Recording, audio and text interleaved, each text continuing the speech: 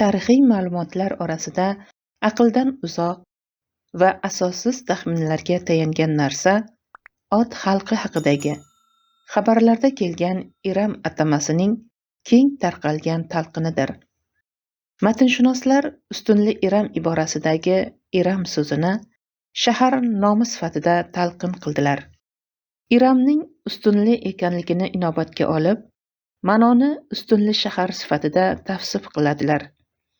Ularning naqliga ko'ra, Ot ibn Avs ibn Iramning o'zidan keyin hukmronlik qilgan Shadid va Shaddod ismli 2 o'g'li bo'lgan. Shadid vafot etgach, hokimiyat Shaddodning qo'lida qoladi. Barcha hukmdorlar uning hukmiga bo'ysunadilar.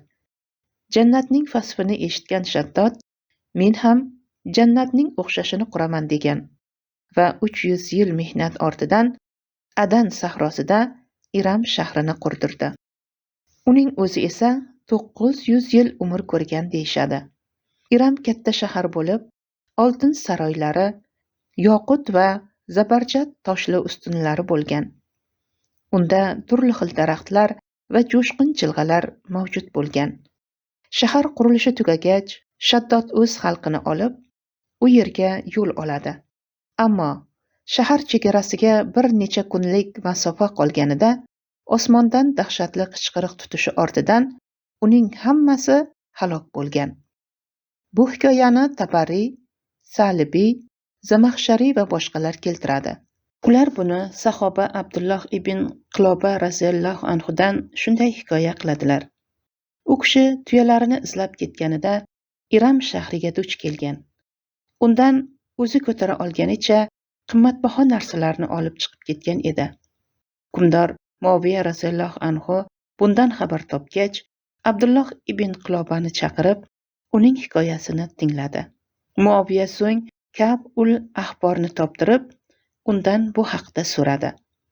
U esa shunday dedi: Bu ustunlari bor Iramdir. Musulmonlardan qizg'ish rangda, past bo'yli, qoshida va bo'ynida xoli bor odam tuyasini izlab chiqqanda bu shaharga kiradi. Ka'b raziyallohu anhu shu so'zlarni aytib, yuzini burib Ibn Qilobani ko'rgach, qasamki bu o'sha odam degan. Shundan so'ng kunimizga qadar dunyoning hech qayeridan bu shahar haqida hech narsa eshitilmadi yoki hech qanday xabar ham kelmadi. Shahar qurilgani aytilgan Adan sahrosi esa Yaman o'rtasida joylashgandir. Uning madaniyati hali ham davom etmoqda. Dalillar va yo'l ko'rsatuvchilar har tomonlama bu yerning yo'llarini o'rganib chiqqan bo'lsalar-da, bu shahar haqida hech qanday xabar topmaganlar. Tarixchilar yoki biror xalqqa mansub kishilarning hech biri uni tilga olmagan. Agarda rivoyatchilar uning boshqa qadimiy obidalar kabi yo'q bo'lib ketganligini aytganida, buni haqiqatga yaqinroq deyish mumkin edi. Lekin ularning so'zlariga ko'ra, bu shahar hozir ham bordir. Ularning ba'zilari Damashqning Ot xalqi mulkida bo'lganini tayanib, Iram shahrining Damashq ekanligini aytadilar.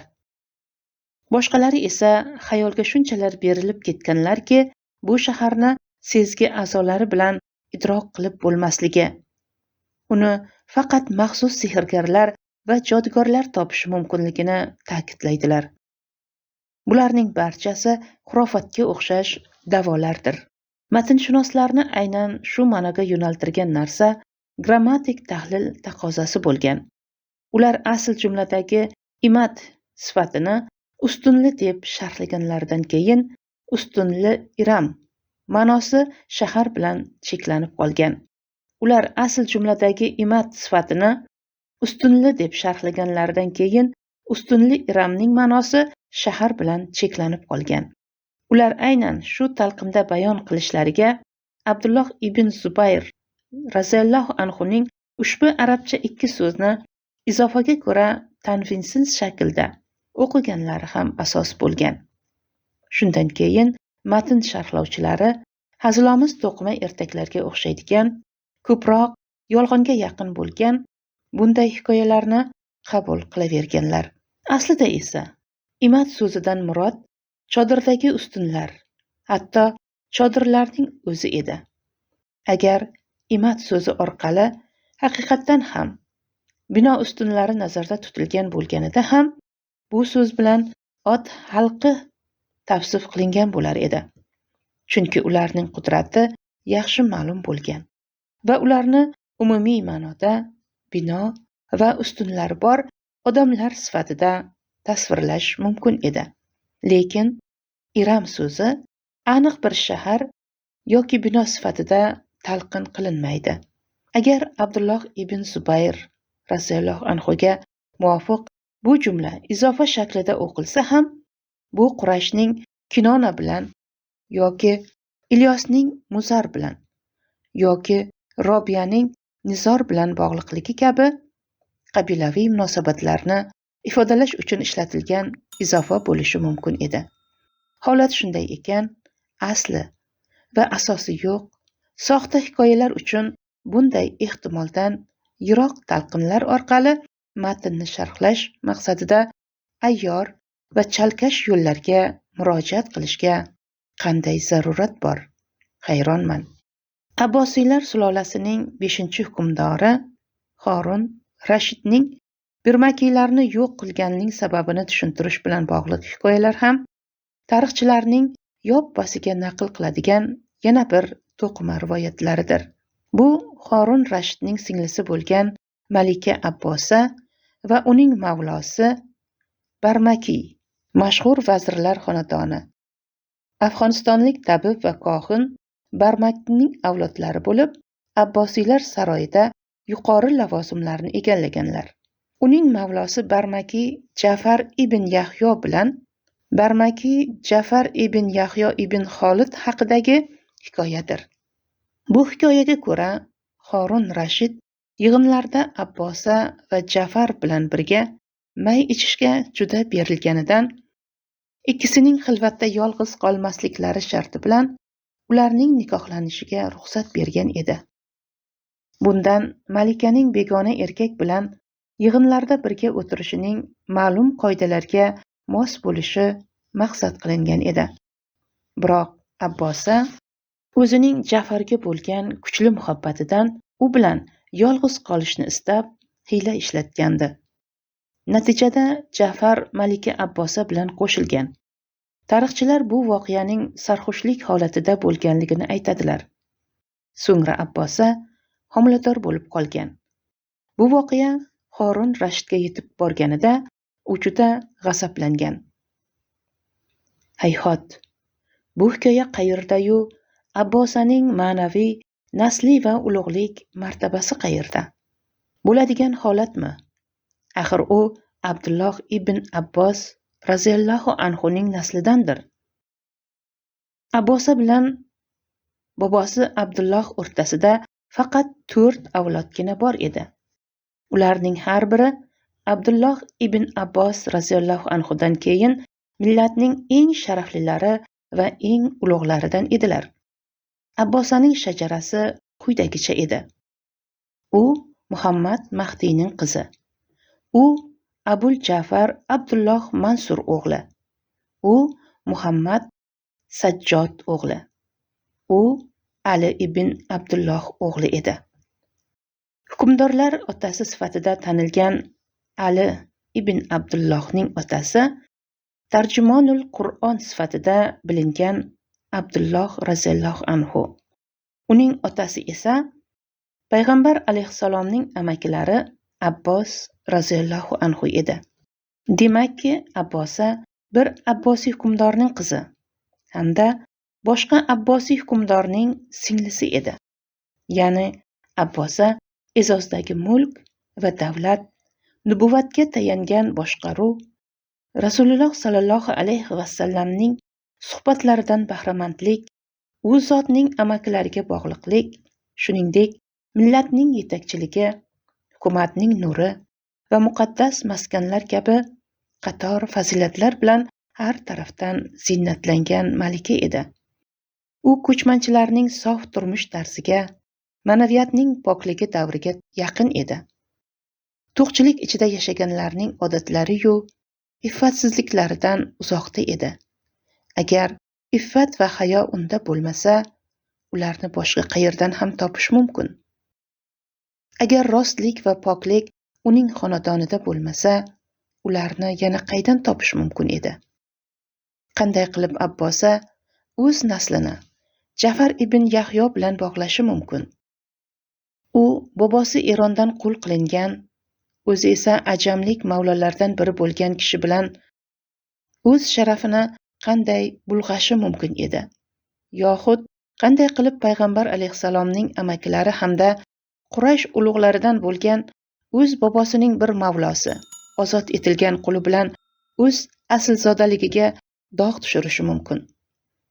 Vaholanki, Ja'far va uning otasini Abbosiylar sulolasiga va ushbu davlatga xizmat qilishlari ularni e'tiborli shaxslarga aylantirgan va ularni qullik holatidan qutqarib, sharaflilar darajasiga ko'targan edi.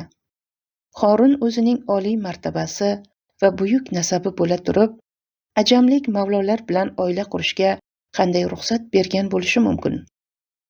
Tafakkur egasi bu voqeaga insof bilan yondashib ko'rsa, Malika Abbosani o'z davridagi ulug' hukmdor qizining o'rniga qo'yib ko'rsa, uning o'z xonadoni va qavmining mulozimi bo'lgan bunday shaxs bilan bunday ish qilishini noma'qul deb topar, uni qat'iyan inkor etar, shuningdek, buning yolg'on ekanligini ishonch bilan aytgan bo'lardi. Agar bunday ishni Malika Abbosa va Harun Rashid uchun loyiq deb o'ylasa, u ikkovining xalq nazdidagi qadr-qimmati qayda qolar edi? Barmakiylarning davlatni nazorat qilishga intilib, unda diktatura o'rnatishlari va soliqlarni o'zlashtirib olishlari Harun Rashidning ularni yo'q qilish sabablaridan biri edi. Bu shunchalik kuchayib ketgandiki, Harun Rashid o'ziga so'ragan ozgina mol ham unga yetib kelmas edi. Barmakiylar Harunning ishlarini undan olib qo'ydilar va uning hokimiyati bilan sherik bo'lishni istadilar. Endi hukmdor ular tufayli o'z mulkini tasarruf eta olmaydigan bo'lib qoldi. Ularning ta'siri kuchaydi va shuhrati keng tarqaldi. Ular davlatning lavozimlari va mansablarini o'z farzandlari va odamlari bilan to'ldirib, boshqa barcha shaxslarni vazirlik, kotiblik, qo'mondonlik, soqchilik hamda harbiy va ilmiy ishlar kabi vazifalardan chiqarib yubordilar. Aytilishicha, Harun Rashidning saroyida harbiy soha va boshqaruvda Yahyo ibn Xolidning farzandlaridan 25 nafar yuqori martabali amaldorlar bo'lgan. U yerda ular hukumatdagi boshqa amaldorlar bilan raqobatlashib, ularni kuch bilan siqib chiqardilar. Ularning bunday jur'ati esa otalari Yahyoning Harun Rashidga hokimiyat yo'lida kafolatdor bo'lganligi tufayli yuzaga kelgan edi. Harun Rashid yoshligida uning tarbiyasida katta bo'lgan.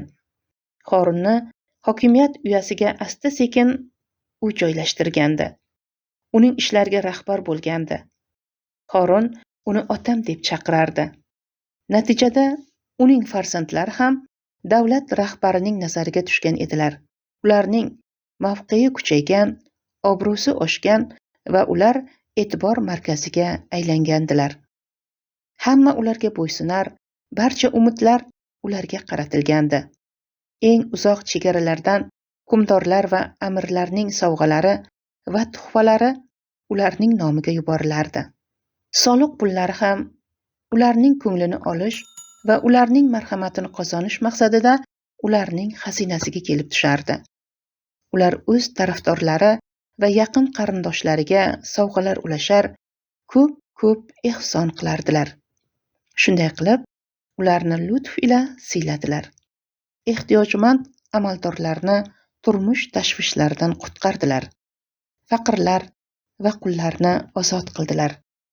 Shu tufayli o'zlarining ustida bo'lgan davlat rahbarlaridan ham ko'proq maqtovlarga sazovor bo'ldilar. Ular mamlakatning turli joylaridagi katta va kichik shaharlar, shuningdek chekka qishloqlarga ham hukmini o'tkazdilar.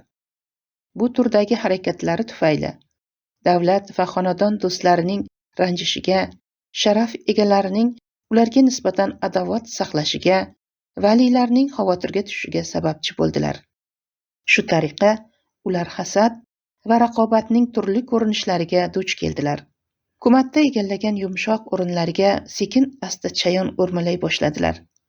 Hatto Jafarning tog'alaridan bo'lgan Qahtaba urug'i ularga qarshi ish qilgan eng katta bo'xtonchilardan biri bo'lib chiqdi. Hech qanday his-tuyg'ular, hatto qarindoshlik aloqalari ham Qahtaba urug'ining qalblaridagi og'ir hasadni bartaraf etishga ta'sir ko'rsatmadi. Buning barchasi ularning xo'jasi bo'lgan hukmdor Rashidning rashk hissi kuchaygan, endi barmakiylarni himoya qilishdan va qo'llab-quvvatlashdan voz kechgan bir davrga to'g'ri keldi. Barmakiylarning erkaliklaridan kelib chiqqan kichik xatolari adovat va hasadga sabab bo'ldi. Agar ularning davlat ichida o'rnashishlariga yo'l qo'yib berilsa, bu juda katta muxolifatlarning shakllanishiga olib kelgan bo'lar edi. Masalan, Nafsus Zakiya laqabini olgan Yahyo ibn Abdulloh ibn Hasan ibn Ali ibn Abu Tolibning qissasida ham shunday holat bor. Yahyo ibn Abdulloh Hazrati Ali raziyallohu anhuning avlodlaridan bo'lib, Muhammad Mahdiyning og'asi edi. U esa hukmdor Mansurga qarshi chiqqan edi. Fazl ibn Yahyo Barmakiy esa Horun Rashidning omonlik kafolatini olib, Yahyo ibn Abdullohni Daylam yurtida isyon qilishdan qaytargan va ularga 1 million dirham hadya qilgan edi. Tabariy bu voqeani ana shunday hikoya qiladi. Horun esa Yahyoni Jafarga uni o'z saroyida nazorat ostida saqlashni talab etgan. Horun esa Yahyo ibn Abdulloh ibn Hasan ibn Alini Jafarga uni o'z saroyida nazorat ostida saqlashni talab etgan holda topshirdi. Jafar Yahyoni bir muddat qamoqda saqlab, keyin o'zining hukmdorga yaqinligiga ishonib, ahli baytning qonini asrashni niyat qilib, Yahyoning kishanlarini yechib, uni ozod qildi. Xufiyalar bu haqda davlat rahbarlariga xabar bergach, Horun Rashid Jafarni so'roqqa tutdi. Jafar darhol vaziyatga baho berib, men uni ozod qildim dedi. Horun Rashid uning bu ishidan rozi bo'lganday ko'rindi, lekin noroziligini ichiga tugib qo'ydi. Jafar bu harakati bilan o'z oilasining falokatiga sababchi bo'ldi. Ularning maqomi va nufuzi tebrandi. Ularning boshiga falokat yomg'irini yog'dirdi. O'zlari va qasrlari yer bilan yakson bo'ldi. Ular hukmronlik qilgan zamonlar keyingi avlodlar uchun dars va ibrat bo'ldi. Ular haqidagi xabarlar davlati va iqbolining ravnaqi hamda munosabatlari haqida fikr yuritgan kishi shubhasiz ta'sirlar va voqealarga sabab bo'lgan ushbu omillarni topadi. Ibn Abdurrabbihning Iqtul Farid nomli asarining shoirlarga bag'ishlangan qismida naql etilgan Horun Rashid bobosining amakisi Dovud ibn Ali bilan Barmakiylar falokati haqida qilgan muzokaralariga e'tibor bersangiz, Asmaining Rashid va Fazl ibn Yahyoga oid kechki suhbatlarida aytganlarini o'qisangiz, bularni faqat hasad hamda hukmdor va uning qo'l ostidagilarini nazorat qilishga harakati o'ldirganligini anglaysiz. Bundan tashqari, hukmdorning yaqinlari orasida barmakiylarga dushmanlik qilganlar tomonidan tuzilgan makr nayranglar ham bor edi. Ular hukmdorga turli gaplarni yetkazish va uning barmakiylarga nisbatan his-tuyg'ularini qo'zg'atish uchun qo'shiqchilarga she'r o'qitib, nayranglar o'ynadilar. Qo'shiqchilardan biri Horunning yig'inida quyidagi misralarni o'qigan edi. Hind va'dasini bajarib, bizni xalos etsa edi. Hech bo'lmasa biron ishni yakka o'zi qilsa edi. Ojiz odam hargiz o'zi biror ishni qilmayotir. Yolg'iz o'zi ish qilmagach, ojizlikdan chiqmayotir. Horun Rashid bu she'rlarni eshitganida, albatta, qasamki, men aynan shunday ojiz odamman, dedi. Shunday va shunga o'xshash uslublar orqali oxir-oqibat barmakiylarga qarshi dushmanlar Horun Rashidning ichki rashkini qo'zg'atishga, uning dahshatli intiqomini amalga oshirishga muvaffaq bo'ldilar. Bizni insonlar shunday ezishidan, baxtsizliklar kelishidan panoh so'raymiz. Horun Rashidning yig'inlarda may ichishi, ikki yaqin maslahatchisi bilan birga mast bo'lishi haqidagi jo'shqin so'zlar bilan hikoya qilingan avvalgi holatga kelsak, biz unda biron yomonlik ko'rmaganmiz deymiz. Bu ish qayda-yu, Horunning holati qayda? Horun Rashid hukmdorlar zimmasiga yuklatilgan axloq va adolat talablarini mas'uliyat bilan ado etardi. U ulamolar va avliyolar bilan birga bo'lar, xususan Fuzayl ibn Iyos rahimahulloh, Ibn Sammok va umariylar bilan gaplashib turardi. Uning Sufyon Savriy rahimahulloh bilan yozishmalari ham bor. Ularning va'zlarini eshitganda yig'lardi. Makkada Ka'bani tavof qilganida qilgan duosi ham esimizda. Ibodat borasida o'ta hushyor va muhofazakor edi. Bunday insonga aytilganlar hech yarasharmidi? Horun Rashid bilim va soddalikda ham yuksak martaba egasi edi. Chunki shunday sifatlarga ega ajdodlari bilan yaqin davrda yashagan edi. U bilan bobosi Abu Ja'far Mansur o'rtasidagi vaqt uzoq emas edi. U yosh yigit bo'lganida Abu Ja'fardan ajralib qoldi. Abu Ja'far hukmdor bo'lishdan avval ham katta bilim va yuksak ma'naviy mavqei bilan ham mashhur edi. U Molik ibn Anas rahmatulloh alayhiga Muvatta nomli kitob yozishni tavsiya qilganida unga shunday degan edi: Ey Abu Abdulloh, yer yuzida sendan va mendan bilimdonroq odam qolmadi. Meni hukumat ishlari bilan band qildi. Sen esa bir kitob yozki, insonlar bu kitobdan foyda olishsin.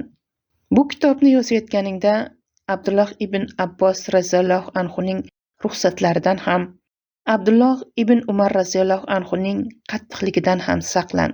Asaringni insonlarning holatiga mos ravishda tayyorla. Molik ibn Anas bu haqda qasamki, Abu Ja'far o'sha kuni menga kitob yozish usulini o'rgatgan edi degandi. Abu Ja'farning o'g'li va Horun Rashidning otasi bo'lgan Mahdiy esa otasining davlat mablag'idan o'z oilasi uchun yangi kiyimlar sotib olishni tejamkorlik va taqvoga ters deb bilganiga guvoh bo'lgandi.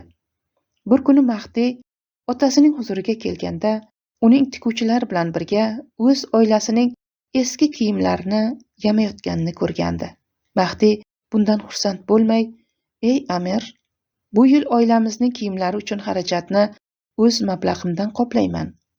Bularni menga berilgan ato va ehsonlar evaziga qarshilayman" dedi.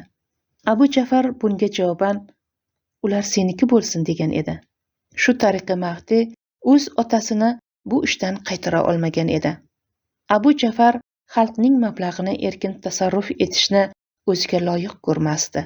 Horun Rashid shunday hukmdorlar va ajdodlarga yaqin zamonda bo'lgan holda, ana shunga mos tarbiya olgan, oilasidagi shunga o'xshash xatti-harakatlar unga o'z tabiatidek singan edi. Bunday odamga mayxo'rlik qilgan yoki ochiq-oydin may ichgan deb aytish o'rinli emas. Ma'lumki, islomdan avvalgi davrlardagi arab aslzodalari ham may ichishni yomon ko'rganliklari ma'lumdir. Ularning bog'larida uzum yetishtirish odatiy hol emas edi. Ularning aksariyati may ichishni nomaqbul deb bilganlar. Horun Rashid va uning ajdodlari ikki dunyo ishlarida har qanday nomaqbul narsalardan qochishni, barcha maqtovli, komil sifatlarni va arablarga xos bo'lgan iffatni o'zlarining tabiatlariga aylantirgan edilar. Buni tushunish uchun Tabariy va Mas'udiylarning Horun Rashidning tabibi Jibril ibn Baxtayshu bilan bo'lgan munosabatlari haqida aytgan gaplariga e'tibor bering. Bir kuni Horun Rashidning dasturxoniga baliq keltirilganda, tabib Horun Rashidning bu baliqni yeyishiga monelik qildi. Tabib oshpozga baliqni o'z uyiga olib ketishni buyurdi. Faqat Horun Rashid buni sezib shubhalandi va xizmatchisiga baliqni tabibning uyiga olib borgandan keyin tabib uni yeydimi yoki yo'q kuzatishni buyurdi. Tabibning baliqni iste'mol qilgani oshkor bo'ldi. Jibril o'zini oqlash uchun baliqni 3 bo'lakka ajratib, alohida idishlarga qo'ydi. Birinchi idishdagi baliqni holva, piyoz, lazzat beruvchi ziravorlar, ishtaha ochuvchi sabzavotlar bilan ishlangan go'sht bilan aralashtirdi. Ikkinchi idishdagi baliqning ustiga muzdek suv quydi. Uchinchisiga esa may quydi. So'ng shunday dedi: "Mana bu Amirning taomidir", deya birinchi va ikkinchi idishdagi baliqni ko'rsatdi. Agar biror narsaga aralashtirib yegan bo'lsa, birinchi idishdagidek, aralashtirmasdan yegan bo'lsa, ikkinchisidek bo'ladi dedi. Uchinchisi haqida esa bu Jibril ibn Baxtayshuning taomidir dedi va baliqlarni oshpoziga topshirdi. Xorin uyg'onganidan so'ng tanbeh berish maqsadida tabibni huzuriga chaqirtirdi va u taom idishlarini keltirdi. Xorin ustiga may quyilgan idishdagi baliqlarning parchalanib, aralashib, suyuq holatga kelib qolganligini, qolgan ikkita taom esa buzilib, hidi o'zgarganini ko'rdi. Shu tariqa Jibril ibn Baxtayshu baliqni nega yedirmaganligini tushuntirib, uzr so'radi. Bu hodisa orqali hukmdor Harun Rashidning may iste'mol qilishdan ehtiyot bo'lgani yaqin odamlari uchun ham ma'lum ekani ochiqlandi. Harun Rashidning ichishga mukkasidan ketgan shoir Abu Nuvasni toki u tavba qilmas va o'z yo'lidan voz kechmas ekan, qamashga buyruq bergani ma'lum va mashhurdir. Harun Rashid iroqlik huquqshunoslarning ruxsatlariga binoan xurmadan tayyorlangan nabizni ichardi. Lekin uni sof may ichgan deb ayblashga asos yo'q. Bunday noxolis xabarlarga ko'r-ko'rona ishonish uchun biror sabab ham yo'q. U xalqining nazdida eng katta yomonliklardan biri deb hisoblangan ishni qiladigan inson emas edi. Ularning jaydari ko'chmanchilik odatlari va ma'naviy poklik holatini saqlab qolganlari tufayli kiyim-kechak, zeb-ziynat yoki oziq-ovqat masalalarida hashamdorlik va isrofgarchilikka mubtalo bo'lgan edilar. Vaziyat shunday ekan, ular foydali narsalar qolib, zararli narsalarni, yaxshi ishlar qolib, yomon deb bilingan ishlarni qilishlari mumkinmi? Tabariy, Mas'udiy va boshqa tarixchilar ilk Umaviy va Abbosiy hukmdorlar faqatgina biroz kumush bilan ziynatlangan belbog', qilich, jilov va egarlar bilan omma oldiga chiqqanlarini tasdiqlaydilar.